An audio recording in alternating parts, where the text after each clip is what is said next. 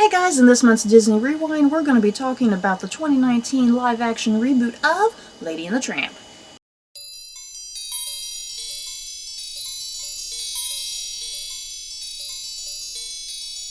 So, before heading into this particular video, we might possibly be talking about spoilers. Things might be popping up about, the ending or whatever. Or, if you've not seen the original animated cartoon, you might just want to steer clear of this video. But yeah, we're going to be talking about the 2019 live-action reboot of Lady and the Tramp, which is exclusive to Disney+. So, Stephanie, how did you feel about Lady and the Tramp? I thought it was okay.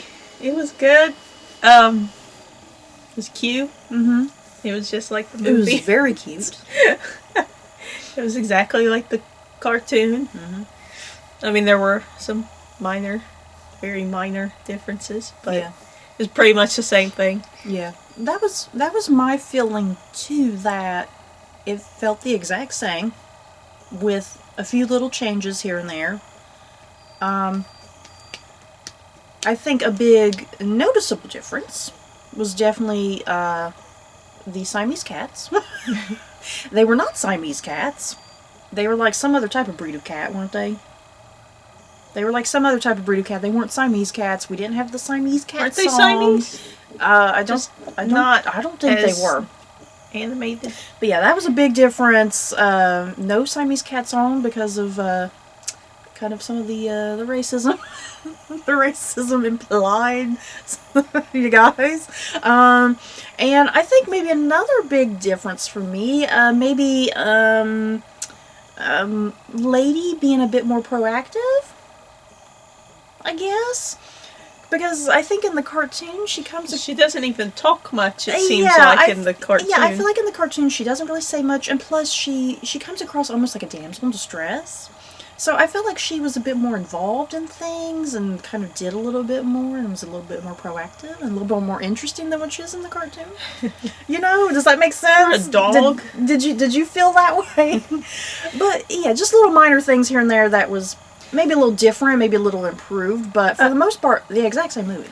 I liked that, I don't remember who it is that comes to the house in the cartoon. Who was it that came to the house in the cartoon? Are you talking about to watch a lady? Oh, because that was her aunt. It was still Aunt. Oh, yeah, it was her aunt. Yeah, it was still Aunt Sarah. Yeah, in the cartoon. But I like that she had a bigger role. A bigger role, yeah. In this, and played more of a part actually, or played more of a part of some of the stuff. Yeah. Some of the bad stuff that was going on. They made her even more villainous. Yeah, she was more villainous. Which wasn't right when you have Yvette Nicole Brown, because you don't look at her and think, she's a villain. Yeah, Yvette Nicole Brown was playing evil Aunt Sarah, and I was kind of surprised by that, because Yvette Nicole Brown is so sweet and kind and nice, and then to see her play that role, I was like, oh! We saw her name in the credits, because I didn't know she was going to be I didn't know she was going to be so I automatically thought she was going to be a doll. Yeah, I thought she was going to be a voice, yeah. There were a lot of names in the credits that kind of kept popping up, and I was like, are they a voice? And then I was kind of surprised when, their human counterpart popped up, and I was like, okay, they're not a voice? They had Ken Jeong in the opening credits, and he was literally in there for 30 seconds, yeah. Some of the names, they had that long cast list at the beginning of it, and it was this is kind of pointless to have all those names pop up there. Yeah, like Ken Jeong, he was only in it for a minute, and he was more of a glorified cameo, but he was still there in the opening credits, I think another big difference, because in the original cartoon, you're at the point of view of Lady and Tramp, their point of view. So you don't really see the humans. You kind of see them from the waist down, don't you? You don't really see their faces. You don't really see their faces, do you? I don't think you do. I mean, if you do see their faces, you don't get much of it. So it's the point of view of the animals. And the point of view is, they can see it from the waist down. They see your legs and your feet, and that's kind of it.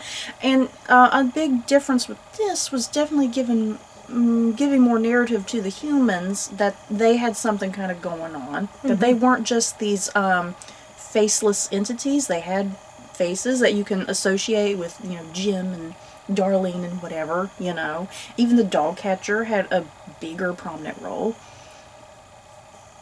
I was gonna say one difference too was the end with Trusty. Mm-hmm. And that part almost makes me cry in the cartoon because they make you think that Trusty, good old Trusty got killed by a carriage. Yeah, because I think it's the same. I think the ending plays out the same, doesn't it? Yeah, I think. but It's been a while since we watched the original cartoon. I'm trying to remember. but yeah, like that didn't happen. I mean, they were still chasing, but Yeah. nobody got hit by a carriage.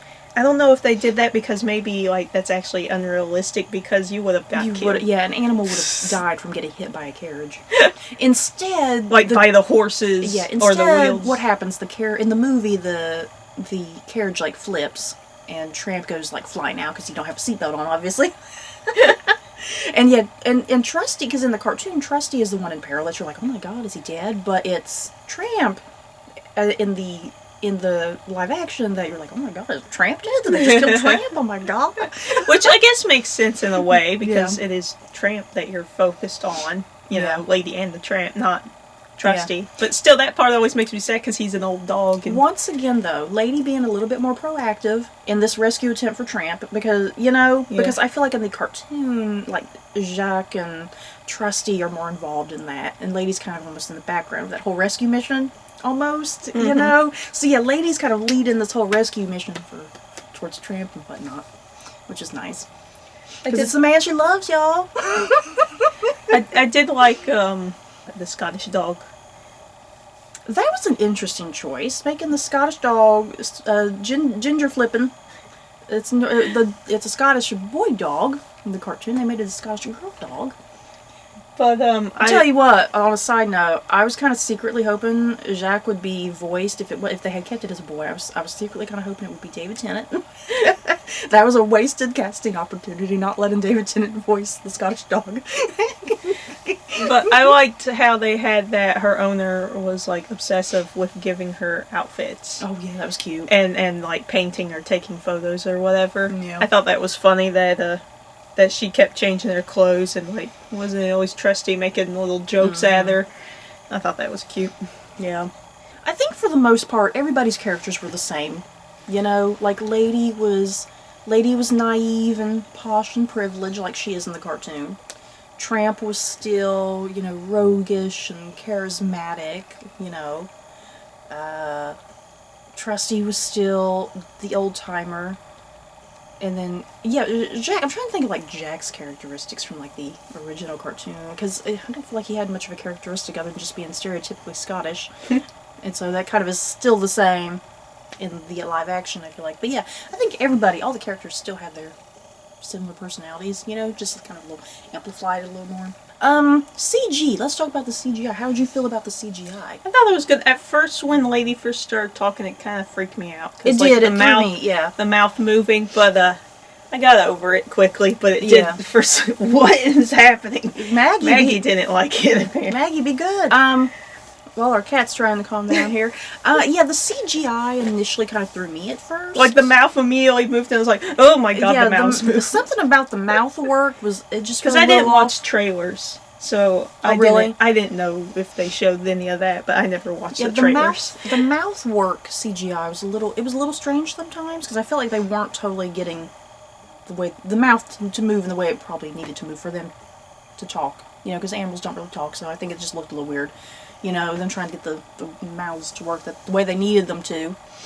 Overall, I think the CGI was really good. I think it was really, really good, because the dogs look like dogs. Sometimes I felt like they didn't get the running down right. Like it felt a little glitchy, maybe? Yeah. Yeah, I just kind of feeling that way. I didn't feel like it was the normal movement of a dog. But I just felt like the movement, especially when they ran. Mm-hmm. I just felt like there was something weird. When they were walking around, it was fine. Yeah, when they were walking around, it was fine. Something about running. The running, yeah. I kind of felt that way too. Something about the running felt a little glitchy almost.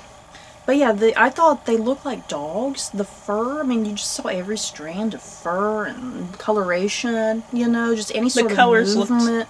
Natural, like, how dogs breathe? They have kind of that breathing thing, like,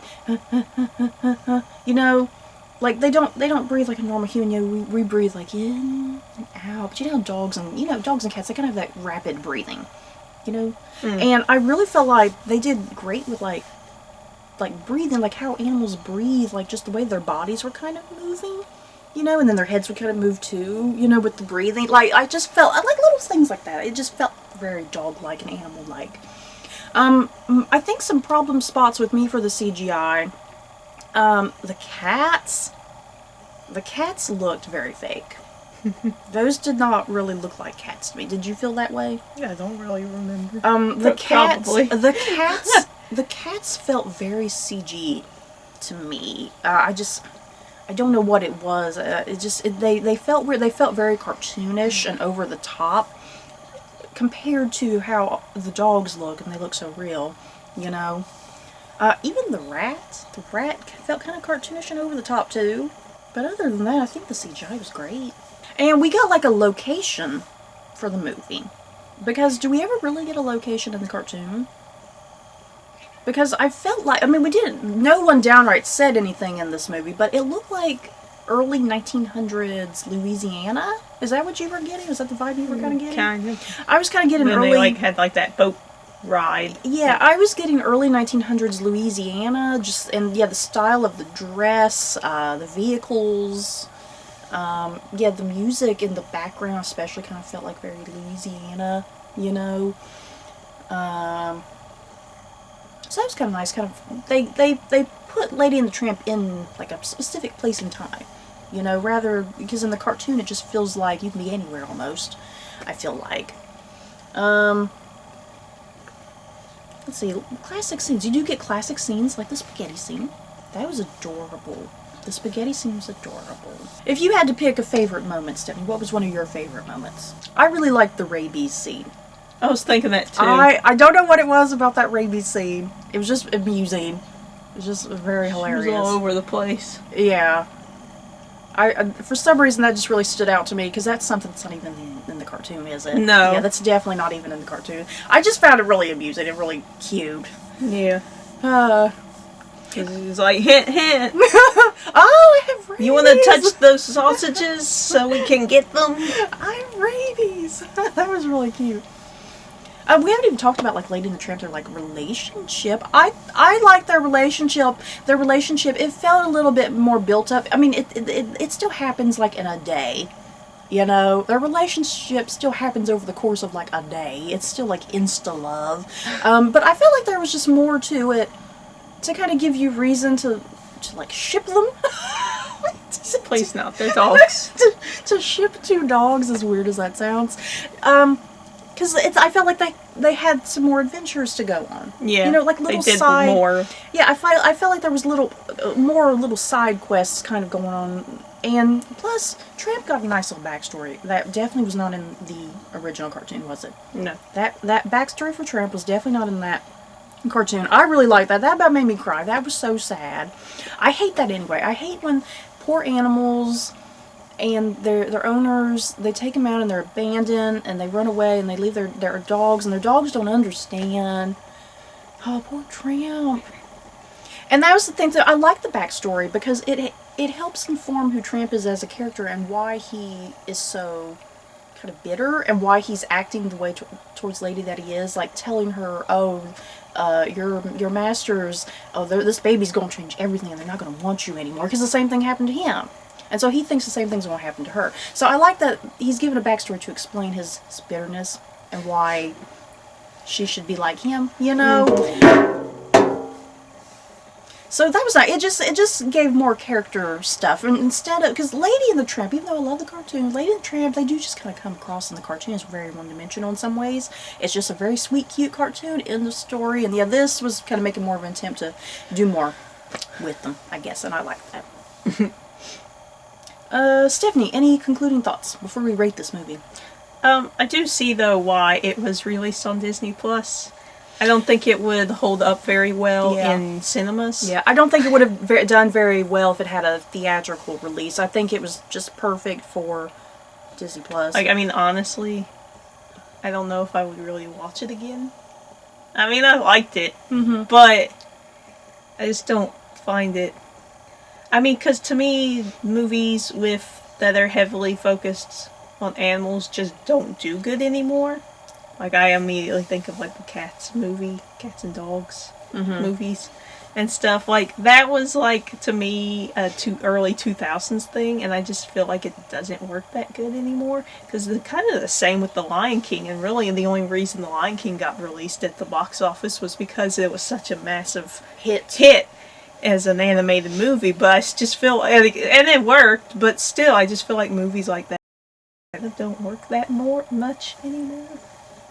Like that genre of animal movies. Yeah. Talking animal like movies. It's gotta be like, cause it's, I think I know what you're saying. It has to be animated as in like cartoon for it to do good. Mm-hmm. But like with CGI, like how this is, it just doesn't seem like that time has passed that those don't do that great. So I don't think I have very much to say. I guess that's it. Overall, we liked it. It was enjoyable. I think it was just fine for Disney Plus. That's probably where it needed to be, honestly. Not ripping on it. You know, I'm not saying ripping on it. Like, oh, Disney Plus, that's where all the movies go. That they're not gonna make no money. You know. That's what'll happen if they make a Home on the Range live action. Dear freaking God, Stephanie, don't even say that. Don't even suggest such a thing. God. I tell you what, though, what I do want on Disney Plus is like a TV series of like the Black Cauldron. A TV series of Black Cauldron would be perfect on Disney Plus. It's kind of like way off of what we're talking about, but I am seeing stuff that Rick Riordan is like campaigning for himself on Twitter to like. Let Disney take care of to do Percy Jackson. I saw that too, to do Percy Jackson on Disney Plus. And then Christopher Paolini, who writes Aragon, he was like, well, if he's doing it, he said Disney Plus make Aragon. The Inheritance Cycle, yeah. Good Lord, we just got off on a tangent about what we want on Disney Plus. Seriously, Disney Plus, there's so many opportunities, you guys. It's like, it's perfect place for like, especially like children's fantasy. You know, children's fantasy needs to go there. Anyway, Lady and the Tramp. Let's get back to Lady and the Tramp. We digress. Stephanie, if you had to rate this 2019 live-action reboot of Lady and the Tramp, what would you give it on a scale of 1 to 10 Mickey ears? 8. An 8? Or was that too much? I was kind of thinking of a 7, but I thought you might yell at me because that was too much. I don't know. I'm kind of teetering there with a 7 or an 8. That was maybe 7.5. 7.5. I don't know. Maybe a 7. I'll go with a 7. Not that that's bad. Fine, I'll do a 7.5. Because I thought you, okay, then I'll do a 7. Because I was like, I'm going to say a 7, and Stacey's going to be like, oh. Not that that's bad. But, I mean, the movie was, I almost want to say mediocre. I feel like it's cruel. I feel like saying mediocre is kind of bad. I don't know. It's like the movie was still cute. You know, I still liked it. You know, I wasn't bored. I still liked it. And I thought it still moved at a nice pace, and it was just cute. It was just cute and fluffy, and I wanted to cuddle like dogs.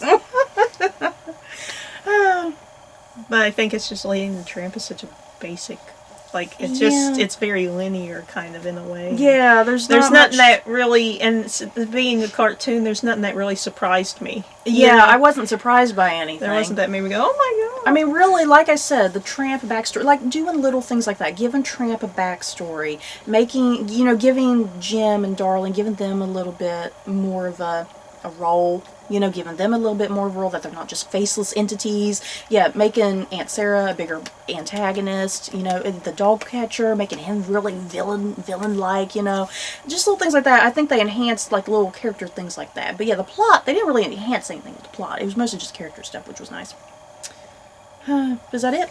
Yeah. So you guys, that is it for our review on the 2019 live-action reboot of Lady and the Tramp. In the comments below, have you guys checked out Lady and the Tramp on Disney Plus? Let us know your thoughts down below. Did you love it? Did you hate it? Just let us know. So that's it for this video. Don't forget to like, comment, and subscribe. And if you like this video, you may like these other videos. Bye, guys.